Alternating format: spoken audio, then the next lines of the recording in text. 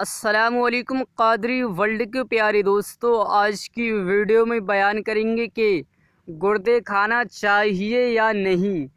प्यारे दोस्तों, इस ताल्लुक़ से हम आपको सारी बात बताएंगे। दोस्तों, अगर आप जानना चाहते हैं तो वीडियो को आखिर तक देखें, तभी आपको सारी बात मालूम हो पाएगी। दोस्तों, वीडियो शुरू करने से पहले अगर आप चैनल पर नए हैं तो चैनल को सब्सक्राइब कर दें और इस बेल आइकन को भी दबाएं दोस्तों, ताकि आने वाली वीडियो सबसे पहले आपको मिल जाए। और दोस्तों, वीडियो को लाइक भी कीजिए। तो चलिए दोस्तों, वीडियो को शुरू करते हैं। बिस्मिल्लाहिर्रहमानिर्रहीम। आला हज़रत फरमाते हैं, गुर्दे खाना जायज़ है, लेकिन हुज़ूर अक़दस सल्लल्लाहु अलैहि वआलिहि वसल्लम ने पसंद ना फरमाया इस वजह से कि पेशाब उसमें होकर मसाने में जाता है।